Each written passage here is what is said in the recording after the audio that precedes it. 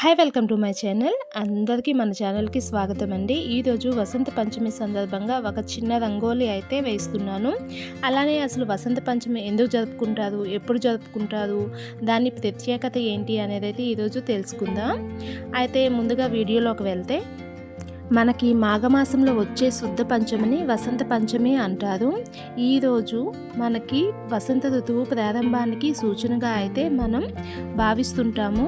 వసంత ఋతువు స్టార్టింగ్లోనే అంతా మనకి అట్మాస్ఫియర్ మొత్తం, పర్యావరణం మొత్తం పసుపచ్చగా చాలా ఆహ్లాదకరంగా మారుతుంది. అది మన జీవితానికి కూడా ఉత్తేజాన్ని, అలానే జ్ఞానోదయాన్ని ఇస్తుందని చెప్తూ ఉంటారు. అయితే మనకి చదువుల తల్లి అయిన సరస్వతి కూడా ఈరోజే జన్మించిందని కూడా మనం భావిస్తూ ఉంటామన్నమాట. అందుకోసమని ఈరోజు మనం విద్య, బుద్ధి, జ్ఞానానికి ఆదిదేవత అయిన సరస్వతి దేవి జన్మించిందని పురాణాలు అయితే చెప్తున్నాయి. అందుకే ఈ రోజున సరస్వతి జయంతిగా కూడా జరుపుకుంటూ ఉంటారు. అంటే అజ్ఞానపు చీకట్లను తొలగించి విజ్ఞాన కాంతులు నింపమని ఆ సరస్వతీదేవికి ప్రార్థిస్తుంటారు. చదువు, కళలు, సంగీతం, ఇక అన్ని రంగాల్లో కూడా ప్రావీణ్యం పొందడానికి ఈరోజు ప్రత్యేకమైన పూజలు అయితే చేస్తుంటారు. అలాగే చిన్నపిల్లలకు మనం అక్షరాభ్యాసం అయితే ఈరోజు చేయడం చాలా మంచిదని అయితే చెప్తూ ఉంటారనమాట.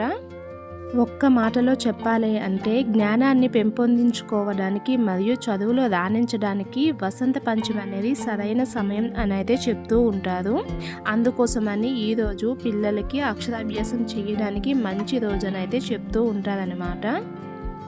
ఈరోజు సరస్వతీదేవి చిత్రపటము లేదా విగ్రహాన్ని మనం పెట్టి పసుపు రంగు పువ్వులతో మనం పూజ చేయాలి. అలానే మనం కూడా పసుపు రంగు దుస్తులు అయితే ధరించాలని అయితే చెప్తుంటారు. అలాగే చదువుకున్న పుస్తకాలు, పెన్నులు పూజా మందిరంలో కూడా ఉంచి పూజ చేస్తూ ఉంటారు. సరస్వతీదేవికి పసుపు రంగు మిఠాయిలు, కేసరి, బూందీ లడ్డు లాంటివి మనం నివేదించి మనమైతే పిల్లల చేత పూజ చేస్తే చాలా మంచిదని అయితే చెప్తూ ఉంటారనమాట. సో అందుకోసమని ఈరోజు సరస్వతీదేవికి విశేషమైన పూజ అయితే చేసుకుంటూ ఉంటాము. అయితే పసుపు రంగు ఎందుకు అంటే, మనకి పసుపు రంగుకి చాలా ప్రాధాన్యత ఉంటుంది. దీన్ని శుభంలా మనం భావిస్తుంటాము. సరస్వతీదేవికి పసుపు రంగు వస్త్రాలు, పసుపు పూలతో పూజ చేయడం వలన మంచి ఫలితం అయితే కలుగుతుంది. అంటే పసుపు రంగే ఎందుకు అంటే, మనం పసుపు అనేది శుభానికి సంకేతం అన్నమాట. అందుకోసమని మనం పసుపు రంగుతో మనం పువ్వులతో పూజ చేయడం చాలా మంచిదని అయితే చెప్తూ ఉంటారు. ఈ వసంత పంచమి రోజు సరస్వతీదేవిని పూజించడం అంటే ఆ చదువుల తల్లి ఆరాధించడం వెనుక ప్రధాన కారణాలు చాలా ఉన్నాయి అండి. ఒకటి, సరస్వతీదేవి జన్మదినం, అలానే జ్ఞానానికి పునాది పడింది ఈరోజే. అలాగే శీతాకాలం ముగిసి వసంత ఋతువు రాకను సూచించే పండుగ ఇది. చెట్లు చిగురించడం, పూలు పూయడం వంటివి మొదలవుతాయి. ఈరోజే జ్ఞానదేవత అయిన సరస్వతీదేవి జన్మించిందని కూడా మనం నమ్ముతాం కాబట్టి ఈ రోజుటికి అంతటి విశేషమైన ప్రాధాన్యత అయితే ఉందండి. అలానే మనం ఈరోజు జడు కుండలు అంటే మట్టి కుండలు ప్రకృతికి, సృష్టికి మూలం కాబట్టి వాటిని పెట్టి మనం సరస్వతీదేవికి అయితే పూజ చేస్తూ ఉంటారు. పిల్లలకు జ్ఞానాన్ని ప్రసాదించమని ఆ సరస్వతీదేవికి వేడుకుంటూ కుండలోని మట్టితో లేదా కుండల్లోనే మనం బియ్యం పోసి అక్షరాలను దిద్దించడం అనేది మన తరతరాల నుండి వస్తున్న సాంప్రదాయం అన్నమాట. ఈరోజు ఫస్ట్ టైం అక్షరాభ్యాసం చేస్తున్న వాళ్ళు ఈ విధి విధానాలు అయితే ఖచ్చితంగా పాటిస్తూ ఉంటారన్నమాట. వసంత పంచమి మాఘ శుద్ధ పంచమి నాడు ప్రతి సంవత్సరం జరుపబడుతుంది. దీన్ని శ్రీ పంచమి అని, మదన పంచమి అని కూడా అంటారు.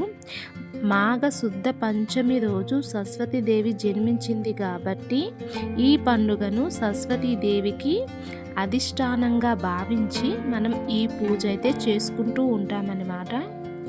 ఈ వసంత పంచమి స్టార్ట్ అయినప్పటి నుంచి శివరాత్రి వరకు దాదాపుగా అన్ని రోజులు కూడా పర్వదినాలుగానే భావిస్తారు. ఈ వసంత ఋతువు ఆరంభంలోనే వసంత పంచమి వస్తుంది. దీన్ని అందుకోసమని శ్రీ పంచమి అని అంటాము. దీనికి సరస్వతీ దేవిని ఆరాధిస్తే విశేషమైన ఫలితాలు ఉంటాయని భావిస్తూ ఉంటారన్నమాట. సో అందరూ కూడా ఆ సరస్వతీదేవిని పూజించి అమ్మవారి అనుగ్రహాన్ని పొందాలని అయితే మనస్ఫూర్తిగా అయితే కోరుకుంటున్నాను. అందరికీ వసంత పంచమి శుభాకాంక్షలు అండి. అందరిపైన తల్లి ఆశీస్సులు ఉండాలని మనస్ఫూర్తిగా అయితే కోరుకుంటున్నాను. మీకు ఈ వీడియో నచ్చితే లైక్ చేయండి, షేర్ చేయండి. అలానే ఎలా ఉందో కామెంట్ చేయడం అస్సలు మర్చిపోవద్దు. వీటన్నిటికన్నా ముందుగా మన ఛానల్ని సబ్స్క్రైబ్ చేయడం అస్సలు మర్చిపోవద్దు. Bye bye. Thank you for